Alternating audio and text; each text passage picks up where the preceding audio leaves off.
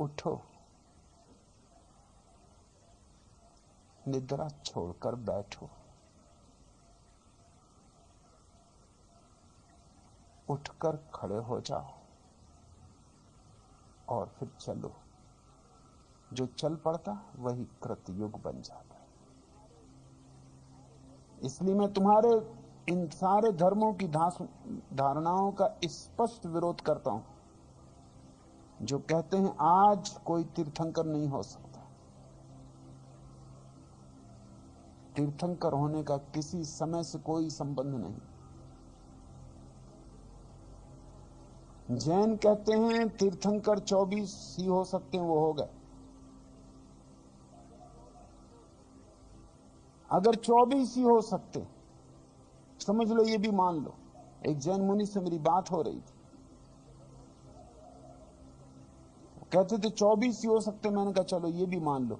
तो जो 24 हुए यही वो 24 थे, इसका कोई प्रमाण? इनमें हो सकता है एक भी असली ना हो, और अभी 24 होने को। प्रमाण क्या है इनकी 24 होने का? ये भी मान लो कि 24 ही हो सकते हैं, चलो कौन झगड़ा करे, 24 25 कोई भी संख्या चलेगी, मगर यही 24 थे। महावीर ही 24 में थे और ऋषभदेव ही पहले थे, ये क्या पक्का? ऋग्वेद में ऋषभदेव का नाम है। तो जैन घोषणा करते हैं कि हमारा धर्म ऋग्वेद से पुराना, मगर हिंदू दयानंद जैसे व्यक्ति ये मान नहीं सकते। वो ऋषभदेव को ऋषभदेव पढ़ते नहीं, वो पढ़ते हैं वृषभदेव, सांड, नंदी बाबा। वो ऋषभदेव को ऋषभदेव मानते ही नहीं, वो वृषभदेव मानते। अब वृषभदेव तुम्हारे पहले तीर्थंकर थे,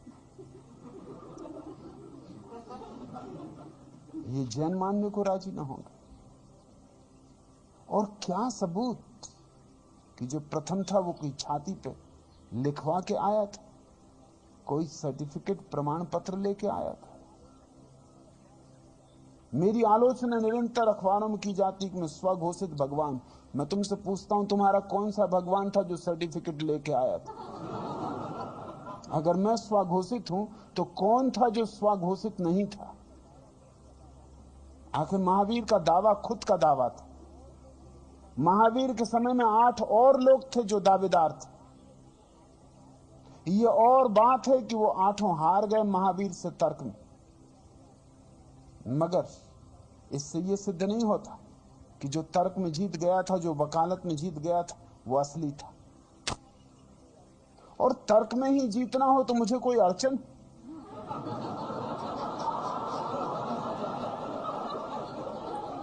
अगर तर्क ही प्रमाणित हो सकता हो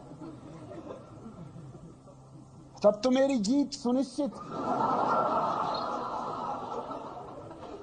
तर्क का तो बखिया मैं अच्छी तरह उकेल सकता हूं, इसमें मुझे कोई अड़चन नहीं। तुम्हारे बड़े से बड़े तार्किकों की धज्जी उड़ाई जा सकती, इसमें कुछ भी नहीं। इनको चारों खाने चित्त करने में कोई अड़चन नहीं, क्योंकि इनके तर्क भी पिटे पिटाए हैं और पुराने।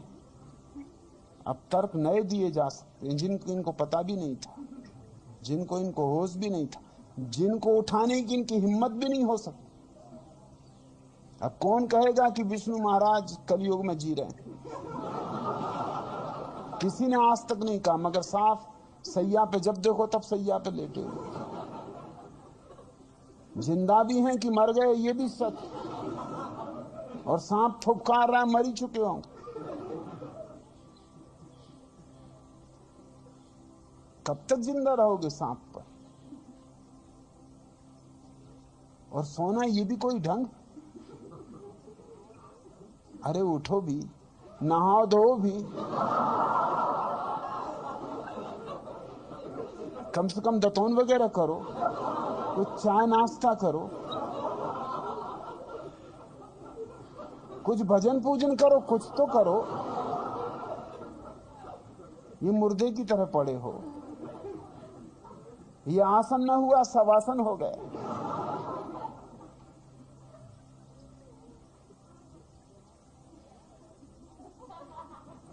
कौन लेके आया था प्रमाण पत्र?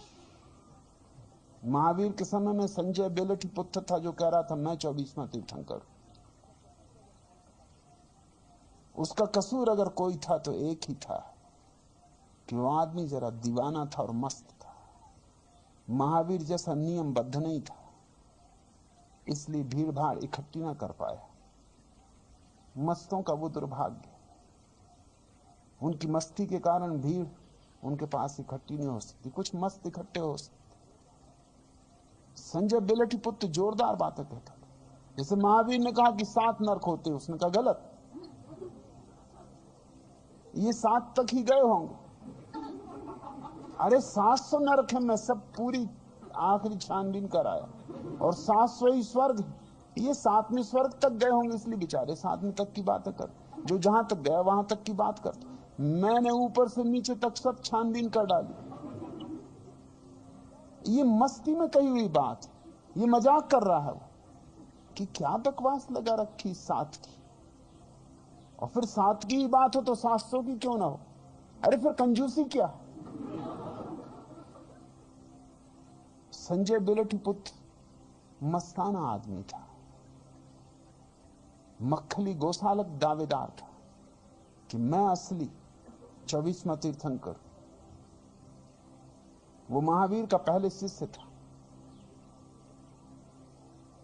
फिर देखा उसने, जब महावीर हो सकते हैं 24वां तीर्थंकर, तो मैं क्यों नहीं हो सकता? सो अलग हो गया और उसने घोषणा कर दी। महावीर को स्वभावतः नाराजगी तो हुई कि मेरे ही शिष्य 12 साल मेरे साथ रहा और मेरी ही बातें करता और मेरे ही खिलाफ दावेदारी करता। महावीर उस गांव गए जहां मक्खली गोसालक ठहरा हुआ था, उस धर्मशाला में ठहरे और मक्खली गोसालक से कहा कि मैं मिलना चाहता हूं। मक्खली गोसालक मिला। उन्होंने पूछा कि तू मेरा शिष्य था? उन्होंने कहा कि इससे सिद्ध होता है कि आप अज्ञानी। महावीर ने कहा इससे कैसे सिद्ध होता है कि मैं अज्ञानी? गौसालक ने कहा आप पहचान ही नहीं पाए, ये देह वही है मगर वो आत्मा तो गई। इसमें 24वें तीर्थंकर की आत्मा प्रविष्ट हो गई, जो तुम्हारी शिष्य कभी नहीं रही। तुम अभी तक देह पे अटके हो, तुम्हें देह ही दिखाई पड़ रही। अरे आत्मा को देखो, ये क्या अज्ञान? महावीर कहते रहे झूठ बोल रहा है, और लोगों को ही बात जची कि ये आदमी अजीब बातें कर रहा है कि इसकी आत्मा तो जा चुकी और 24वें तीर्थंकर की आत्मा इसमें प्रविष्ट कर गई। मगर वो भी मस्त किस्म का आदमी था। उसके शिष्य भी मस्तमौला थे, इसलिए भीड़ भाड़ इकट्ठी नहीं हो सकी। मगर बात तो उसने मजे की कही, वो भी मजाक में ही कही थी। ऐसे और भी लोग थे। अजित केस कंबली था, खुद गौतम बुद्ध था। गौतम बुद्ध ने इंकार किया है कि महावीर तीर्थंकर सर्वज्ञ। कैसे सर्वज्ञ? क्योंकि बुद्ध ने कहा मैंने उन्हें ऐसे घरों के सामने भिक्षा मांगते देखी जिस घर में वर्षों से कोई नहीं रहता। ये क्या खाक सर्वज्ञ? इनको ये भी पता नहीं कि ये घर खाली, उसके सामने भिक्षा मांगने खड़े।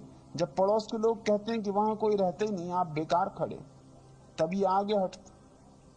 और ये 3 काल के ज्ञाता, और इनको इतना भी ज्ञान नहीं कि घर खाली, दरवाजे के पीछे देख नहीं पाते और 3 काल देख रहे हैं, त्रिलोक इनकी आंखों के सामने।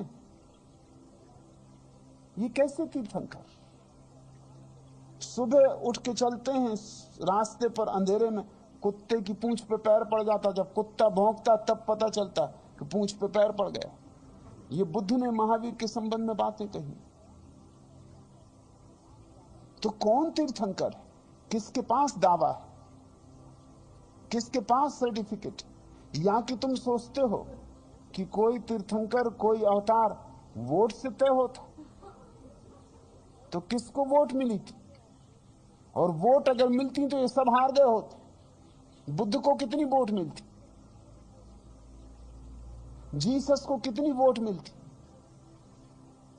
मोहम्मद को कितनी वोट मिलती? आज की संख्या मत गिनना, आज तो करोड़ों की संख्या है जीसस के पीछे। कोई 1 अरब आदमी ईसाई, मगर जीसस को जब सूली लगी तो एक भी शिष्य वहां मौजूद नहीं था, सब भाग खड़े हुए थे। एक शिष्य ने पीछा करने की कोशिश की थी रात में, तो जीसस ने कहा था कि देख मत पीछे आ, मैं तुझे जानता हूं। सुबह मुर्गा बोले इसके पहले 3 बार तू मुझे इंकार करेगा, लेकिन उसने कहा कभी नहीं, कभी नहीं, मैं और इंकार करूं, मेरा समर्पण पूरा है। वो चल पड़ा। दुश्मन जीसस को पकड़ के चले, जंजीरें बांध के चले, रात थी, अंधेरी, मसाले लेके चले, और वो भी उस भीड़ में सम्मिलित हो लिया। लेकिन भीड़ को शक हुआ, यह आदमी कुछ अपरिचित मालूम पड़ता है, ये अपने वाला नहीं, और कुछ संदिग्ध दिखता है, कुछ डरा डरा भी, कुछ भयभीत भी, कुछ आह्लादित भी नहीं मालूम होता कि जीसस पकड़ लिए गए। सब प्रसन्न हो रहे हैं कि अब खात्मा हो गया इस आदमी का, ये उपद्रव मचा रहा था। सिर्फ ये आदमी उदास दिखता है। पकड़ लिया कि तुम कौन हो, क्या तुम जीसस के शिष्य हो? उसने कहा कि नहीं, मैं तो एक परदेसी हूं, जेरूसलम की तरफ जा रहा था, रात अंधेरी, तुम्हारे पास मसाल है इसलिए साथ हो लिए, और तुम भी जेरूसलम जा रहे हो, सोचा कि ठीक, रास्ते में किस किस से पूछूंगा, अंधेरी रात है, कोई मिले न मिले। जीसस पीछे लौटे और उन्होंने कहा देख, अब इस मुर्गे ने बांग भी नहीं थी, और ये घटना 3 बार घटी, मुर्गे के बांग देने के पहले 3 बार घटी। इनसे वोट मिल सकता था, और ये 10-12 लोग थे कुल, उनमें से ही एक ने 30 रुपए में जीसस को बेचा था जुदास। कितने लोग उन्हें वोट देने जाते? कौन हिम्मत करता वोट देने की, जो मुर्गे के बांग देने के पहले इनकार कर दिए थे? और जीसस के पास कौन सा सर्टिफिकेट था परमात्मा का कि वे ही ईश्वर के इकलौते बेटे? मुझ पर आलोचना की जाती कि मैं स्वघोषित भगवान हूं। मैं तुमसे कहता हूं इसके सिवाय तो कोई उपाय ही नहीं, कभी नहीं रहा। आखिर आंख वाला ही घोषणा कर सकता है कि मुझे प्रकाश दिखाई पड़ रहा। अंधों से वोट लेनी पड़ेगी कि अंधों का सर्टिफिकेट चाहिए पड़ेगा? मैं जब विश्वविद्यालय से उत्तीर्ण हुआ तो मैं प्रथम कोटि में विश्वविद्यालय में प्रथम आया था। स्वभावतः मुझे निमंत्रण मिला शिक्षा मंत्रालय से कि अगर मैं चाहूं तो मेरे लिए पहला अवसर है प्रोफेसर हो जाने का। मैं गया, मैंने कहा ठीक, आपका निमंत्रण आया, मैं राजी हूं। उन्होंने कहा लेकिन कागज पत्र आप सब ले आए हैं? मैंने कहा ये रहा सर्टिफिकेट जो जाहिर करता है कि मैं प्रथम श्रेणी में प्रथम आया हूं, और क्या चाहिए? उन्होंने कहा चरित्र का प्रमाण पत्र चाहिए। मैंने कहा ये जरा मुश्किल है। उन्होंने कहा क्यों, इसमें क्या मुश्किल? क्या आप अपने विश्वविद्यालय के उपकुलपति का चरित्र का प्रमाण पत्र नहीं ला सकते? मैंने कहा ला सकता हूं, लाने में कोई अड़चन नहीं। आ रहा था तो उनने मुझसे कहा था, लेकिन मैंने इंकार किया क्योंकि मैं उनको चरित्र का सर्टिफिकेट नहीं दे सकता, तो उनसे मैं कैसे चरित्र का सर्टिफिकेट लूं? शराबी, कबाबी, वैश्यागामी, कौन से गुण हैं जो उनमें नहीं? उनसे मैं क्या चरित्र का सर्टिफिकेट लूं? मैंने उनसे पूछा आप सोचते हैं आपसे मैं चरित्र का सर्टिफिकेट ले सकता हूं? पहले आप ये तो पूछो कि मैं आपको चरित्र का सर्टिफिकेट दे सकता हूं।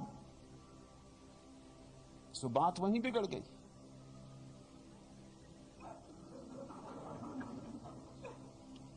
शिक्षा मंत्री ने कहा फिर जरा मुश्किल आएगी, फिर क्या किया जाए? मैंने कहा मैं ही चरित्र का सर्टिफिकेट लिख सकता हूं अपने बाबत। उनका ऐसा नियम नहीं। तो मैंने कहा आप जिसके दस्तखत कहें उसके दस्तखत कर सकता हूं।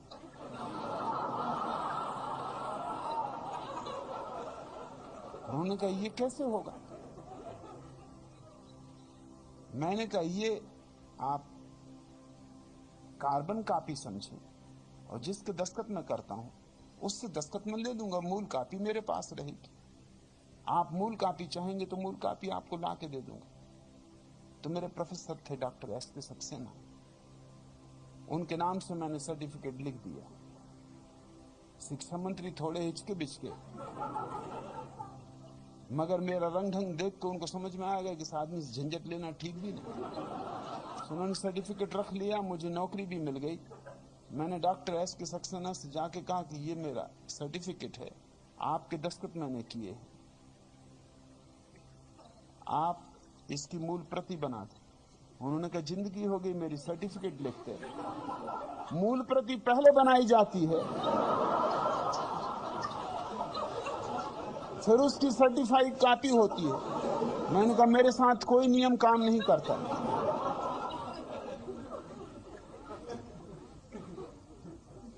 आपको ऐतराज अगर हो जो मैंने अपने बाबत लिखा है इसमें, तो आप मत मूल प्रति दें, आप सर्टिफिकेट पढ़ लें।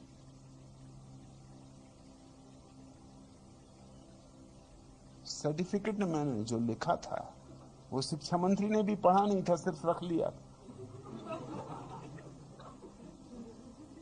जब डॉक्टर एस.के. सक्सेना ने उसको पढ़ा, कहने लगी कि ये तुमने क्या लिखा, कि मैं परम अज्ञानी हूं, कि मेरे चरित्र का कोई ठिकाना नहीं, कि मैं आज कुछ हूं कल कुछ हूं, मैं भरोसे का आदमी नहीं। ये चरित्र का सर्टिफिकेट मैंने कहा अंधों को देना है, अंधों से लेना है। आंख वाला और करे क्या, तुम सिर्फ दस्तखत करो। न शिक्षा मंत्री ने पढ़ा ना तुम पढ़ो। उन्होंने जल्दी से दस्तखत किए। उन्होंने कहा कि तुम मुझसे कहते मैं सुंदर सर्टिफिकेट लिखता। मैंने कहा तुमसे मैं सर्टिफिकेट ले सकता नहीं था, वही अड़चन। तुम भी जानते हो कि मैं तुमसे सर्टिफिकेट नहीं ले सकता। उन्होंने कहा वो मैं जानता हूं, सच में मैं अधिकारी भी नहीं। वो आदमी बड़े ईमानदार थे, वो इतने ईमानदार आदमी थे कि उनके घर में ठहरता था तो वो सिगरेट भी नहीं पीते थे, शराब भी नहीं पीते थे। मैंने उनसे कही ये बात अनाचार की, इससे मुझे कष्ट होता, मैं आपके घर ठहरना बंद कर दूंगा, क्योंकि मैं किसी में दमन नहीं लाना चाहता। ये दमन, आप दिन भर सिगरेट पीते, मेरी मौजूदगी में आप बिल्कुल सिगरेट नहीं पीते, तकलीफ होती होगी, ये पाप मैं सिर पे ना लूंगा। और सिगरेट पीने में हर्ज क्या है? अरे साल 2 साल पहले जल्दी मरोगे, सो ऐसे भी जी के क्या कर रहे हो?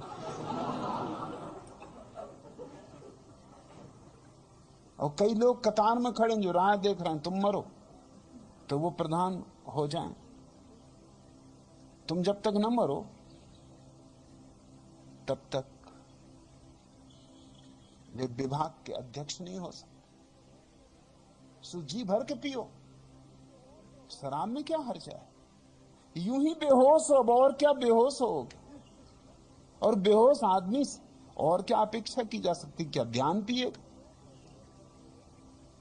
तुम मेरा लाज संकोच करोगे तो मैं यहां नहीं आऊंगा, क्योंकि मेरा लाज संकोच दमन बने तो जिम्मेवारी मेरी हो जाती। हां, तुम्हारी समझ में आ जाए कि ये मूर्खता है और छूट जाए तब बात, और तब फिर मैं रहूं या न रहूं तुम्हारे घर में, फिर तुम्हें सिगरेट नहीं पीनी चाहिए, शराब नहीं पीनी चाहिए। मेरी मौजूदगी के कारण तो दमन होगा। इसलिए वो कहने लगी ये तो मैं जानता हूं कि मेरे प्रमाण पत्र का कोई अर्थ नहीं, मगर इसी तरह के प्रमाण पत्रों के अर्थ समझे जा रहे हैं। जो लोग मुझसे पूछते हैं स्वघोषित भगवान आप कैसे, उनसे मैं कहना चाहता हूं जिसने भगवत्ता जानी वही घोषणा करेगा। बुद्ध ने स्वयं घोषणा की कि मैं परम निर्वाण को उपलब्ध हुआ हूं। किसका और सर्टिफिकेट? मोहम्मद ने खुद घोषणा की कि मेरे ऊपर परमात्मा की किताब उतरी। किसका और सर्टिफिकेट? कोई गवाह है? हालत तो यह है कि खुद मोहम्मद को भी शक हुआ था कि ये किताब परमात्मा की मुझ पर उतर रही या मैं पागल हो रहा हूं। जब किताब उतरी तो वो घर भागे हुए आए, उन्हें बुखार चढ़ गया। ये मोहम्मद की सादगी सरलता का सबूत है। उन्होंने अपनी पत्नी से कहा कि जितनी भी दुलाइयां हो घर में सब मेरे ऊपर डाल दे, मुझे कुछ हो गया है, या तो मैं सन्निपात में हूं, क्योंकि मुझसे ऐसी बातें निकल रही हैं जो मेरी नहीं, मैंने कभी सोची नहीं। ऐसी सुंदर आयतें मेरे भीतर गूंज रही, ऐसे सुंदर गीत जो निश्चित ही मेरे नहीं, जिन पे मेरा कोई हस्ताक्षर नहीं। तो या तो मैं सन्निपात में हूं कि मुझे कुछ का कुछ हो रहा, अल्ल-बल्ल जो मेरे बस के बाहर, और या फिर मैं कवि हो गया हूं, जो कि और भी बदतर, क्योंकि सन्निपात से तो आदमी का इलाज, कवि हो गए तो फिर कोई इलाज ही नहीं। जहां ना पहुंचे शशि वहां पहुंचे कवि, इनका तो कुछ हिसाब ही नहीं। लेकिन आयशा उनकी पत्नी ने कहा कि मुझे कुछ कहो, क्या हो रहा तुम्हारे भीतर। मोहम्मद ने अपनी पहली आयतें सुनाई। आयशा ने कहा तुम भूल में। आयशा उस उम्र में बहुत बड़ी थी, इसलिए कभी कभी अपनी उम्र से ज्यादा उम्र की स्त्री से शादी करना फायदे की बात है। काफी बड़ी थी। मोहम्मद 26 साल के थे, आयशा 40 साल की थी, अनुभवी थी, मां के उम्र की थी। उसने आयतें सुनी, उसने कहा इससे सुंदर सूत्र तो मैंने कभी सुने नहीं। ना तो तुम सन्निपात में हो, ना तुम कवि हो, तुम पर परमात्मा के वचन उतरे। ये वचन इतने प्यारे हैं कि परमात्मा के ही हो सकते। उसने भरोसा दिलाया, तब कहीं मोहम्मद को भरोसा आया। आयशा उनकी पहली शिष्या थी, पहली मुसलमान। उसने ही सहारा दिया तो मोहम्मद हिम्मत जुटा पाए औरों से कहने की, मगर बहुत संभल संभल के कदम चले। लेकिन प्रमाण क्या था? भीड़ भाड़ ने तो मोहम्मद को माना नहीं। जगह जगह से उखाड़े गए, एक एक गांव से भगाए गए। जिंदगी भर लोग उनके मारने के पीछे पड़े रहे। इनसे तुम वोट ले सकते थे।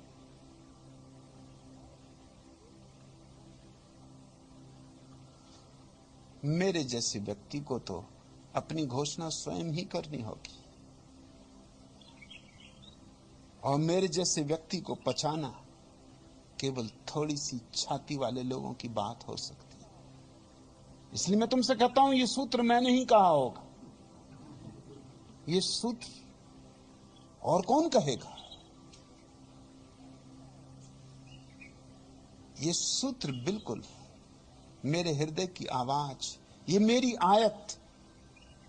कली सयानो भवति संजीहानस्तु द्वापरा उत्तिष्ठित स्त्रेता भवति कृतम संपदये चरम चरे वेति चरे वेति।